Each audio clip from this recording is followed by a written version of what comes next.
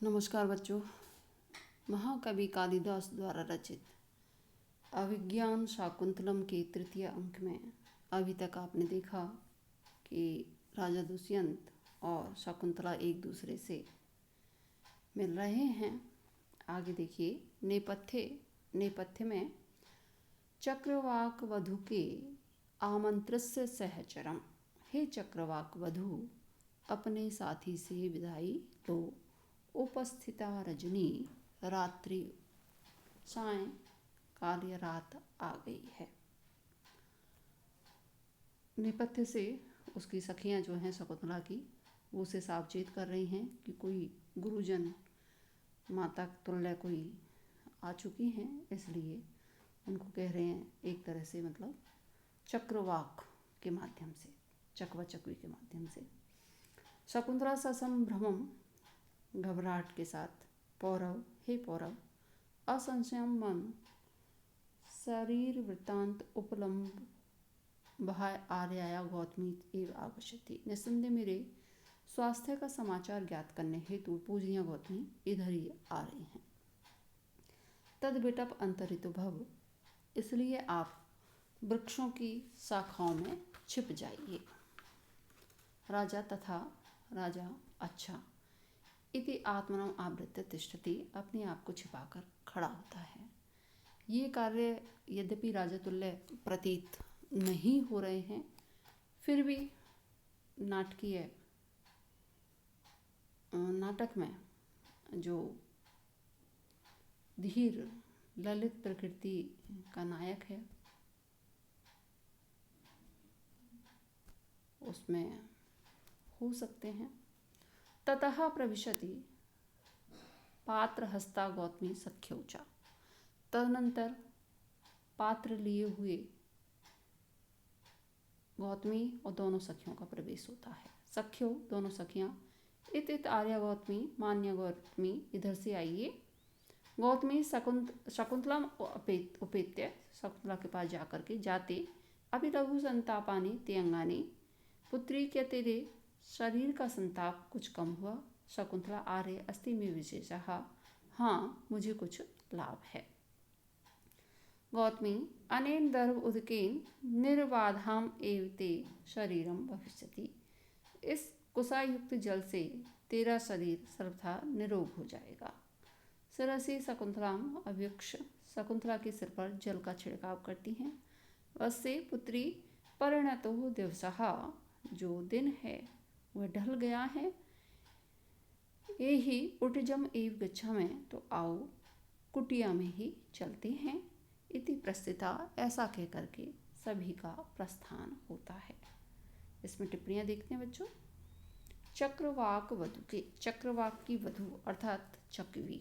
कभी परंपरा है कि चकवा चकवी दिन में साथ रहते हैं और रात्रि में अलग हो जाते हैं। कथा है कि राम सीता के वियोग में पंपासर पर रो रहे थे, तो चकवा उन पर हंसा। क्रोध में आकर उन्होंने शाप दिया कि तुम भी रात में वियुक्त होकर रोगे।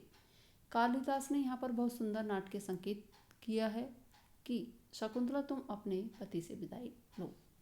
रात्रि रूपी गौतमी आ गई हैं। चकवा चकवी बहुत प्रेमी जीव माने जाते हैं। इनके पर्यायवाची शब्द हैं भूरि प्रेमा, द्वंद्वचारी, रात्रि विश्लेषगामी। कालिदास ने इनका कई स्थानों पर वर्णन किया है। आमंत्रस्य, आधन मंत्र का अर्थ विदाई लेना है। यह वाक्य शकुंतला के लिए उसकी सखियों के द्वारा कहा हुआ है। नेपथ्य से संकेत करती हैं कि दोनों अलग हो जाइए।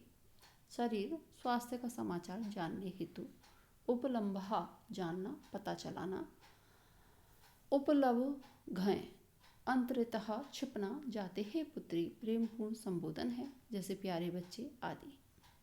लघु कम संताप वाले, अंगानी अंग से अभिप्राय शरीर से है, शरीर को पीड़ा कुछ कम हुई या नहीं। विशेषः विशेषता है अर्थात लाभ है। निरावाधम पीड़ा रहित, रोग रहित। परिणत दिन ढल गया है, सायंकाल का समय हो रहा है। शकुंतला आत्मगतम अपने मन में, हृदयम प्रथमम एव सुखोपनते मनोरथे कातर भावम न मुंचति, हे हृदय पहले ही अनायास मिले हुए मनोरथ यानी दुष्यंत के होने पर तुमने संकोच को नहीं छोड़ा। सानुसाय विघटितस्य कथम ते सांप्रतम संतापा, अपश्चाताप के लिए युक्त होने पर तुझे दुख क्यों है। पदांतरे स्थित्वा प्रकाशम, थोड़ा चलकर रुककर स्पष्ट में। लता वलय संताप हारक आमंत्रित त्वाम भुवपि परिभोगाय। हे लता कुंज, मेरे दुखारक, मैं तुमको फिर उपभोग के लिए निमंत्रित करती हूँ। इति दुखेन निष्क्रांता शकुंतला सह इतरा भी। दुखी शकुंतला का औरों के साथ प्रस्थान। शकुंतला के द्वारा इस प्रकार के वाक्य का बोला जाना कि लता वलय संताप हारक आमंत्रित त्वाम भुवपि परिभोगाय स्पष्ट करता है कि शकुंतला भी राजा की प्रति अत्यधिक आसक्ति भाव से युक्त हैं, प्रेम भाव से युक्त हैं, और यहाँ तक कि वे जो तपोवन है उसके विरुद्ध आचरण करने के लिए भी उद्यत हो जाती हैं। राजा पूर्व स्थानम उपेत्य, पहले वाले स्थान पर जाकर के सनिश्वसम, गहरी श्वास लेकर के, अहो विघ्नवत्य प्रार्थित अर्थ सिद्धिया, जो प्रार्थित हैं, प्रार्थना करने वाले हैं, उनकी अर्थ सिद्धियाँ जो हैं वो कैसी होती हैं, विलंब यानी विघ्नों से युक्त होती हैं। कुतः, क्योंकि श्लोक देखेंगे। मुह अंगुली संवृत अद्रोष्टम प्रतिषेध अक्षर अविक्लव अभिरामम, मुखम अंश विवर्ति पक्ष्म लाक्षा, कथम अपि उन्नमितम न चुम्बितम तो। पक्ष्मलाक्ष्या उस मनोहर नेत्रों वाली जो शकुंतला है, उसका मुंह बार बार अंगुली समृत अद्रोष्टम, अंगुलियों से ढके हुए अधर से युक्त, प्रतिषेध अक्षर विक्लव अभिरामम, निषेध के अक्षरों के अस्पष्ट उच्चारण के कारण, अभिरामम यानी सुंदर, अंश विवर्ती कंधे तक मुड़े हुए, मुखम मुख को, कथम अपि उन्नमितम न तो चुम्बितम, किसी प्रकार उठाया पर उसका स्पर्श नहीं कर सका।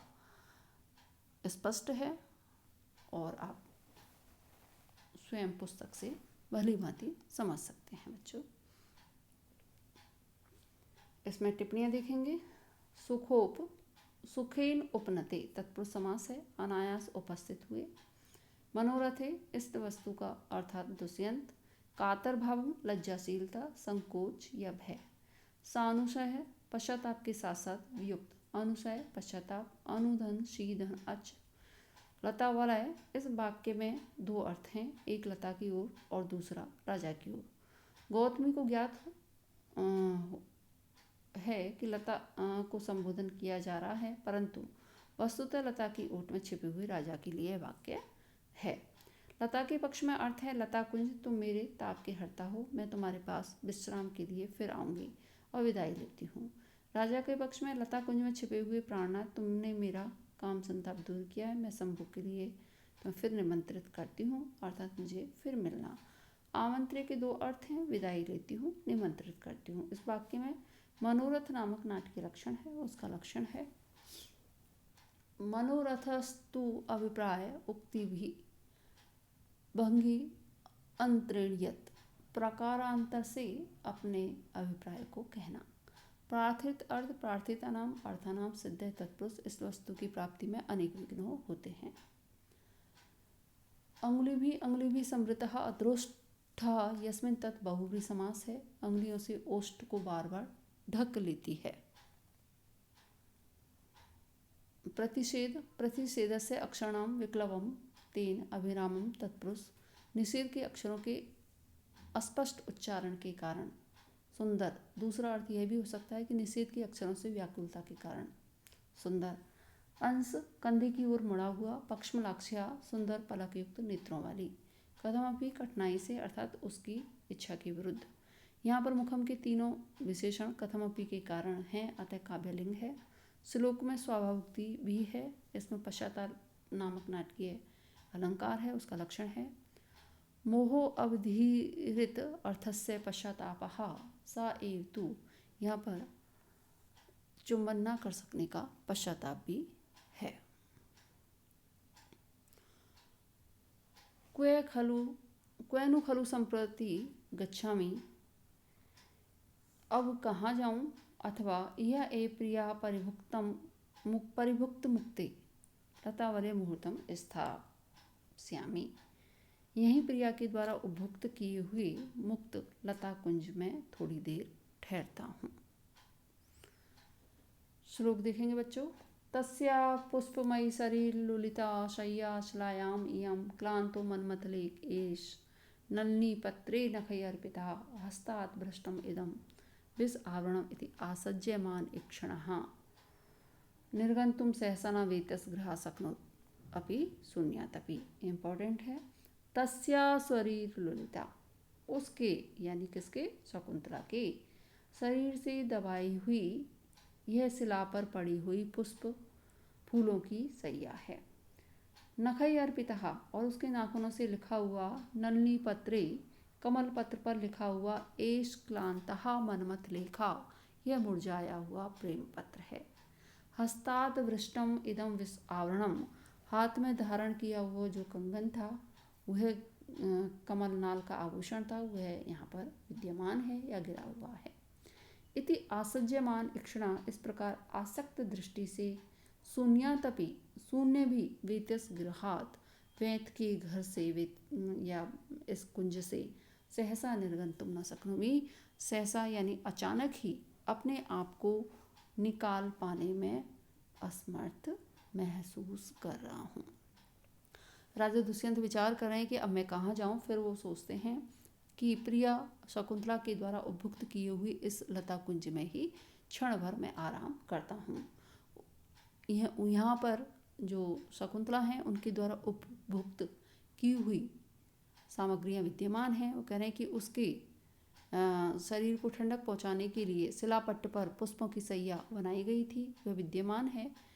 मुरझाया हुआ मनमथ लेख या प्रेम पत्र एक तरफ पड़ा हुआ है, हाथों में धारण किया हुआ कमल पत्र भी वहाँ है, तो कमल का कंगन वहाँ विद्यमान है। तो ये करें, इस तरह से मेरा मन जो है आसज्यमान यानी आसक्त दृष्टि से युक्त होकर के, ये यद्यपि शून्य है यानी यहाँ पर व्यक्ति नहीं है, लेकिन मेरी प्रिया शकुंतला के द्वारा उपभुक्त की हुई सामग्रियाँ हैं, इस कारण से यहाँ से निकलने में अपने आप को असमर्थ महसूस कर रहा हूँ। ये आप सब जानते हैं कि यदि कोई व्यक्ति आपके समक्ष नहीं होता है तो उसके द्वारा उपभुक्त की हुई कोई व्यक्ति यानी प्रिय आपका कोई व्यक्ति, तो उसके द्वारा उपभुक्त की हुई वस्तुएं ही उस व्यक्ति को वहाँ पर एक तरह से आनंद देती हैं, इस कारण से वह वहाँ रहना चाहता है, यह जाने का इच्छुक नहीं होता है।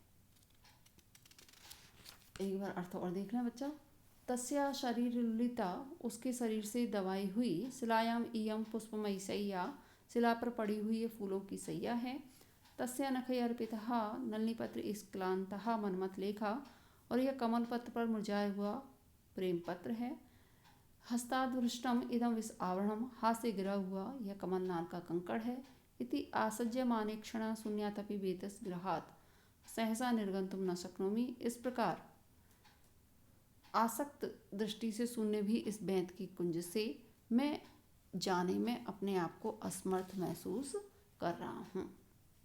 टिप्पणियाँ देखेंगे। शरीर, शरीरेण लोलिता तत्पुरुष समास है, शरीर से रगड़ी हुई, लोलिता रगड़ी हुई दबाई हुई, क्लांतः मुरझाया हुआ, क्लम धन तय, आसज्यमाने क्षणा, आसज्यमाने ईक्षणे यस्य सा, बहुव्रीहि समास है जिसकी दृष्टि उस ओर लगी हुई है। पाठवेद आसज्यमाने क्षणा का भी यही अर्थ है।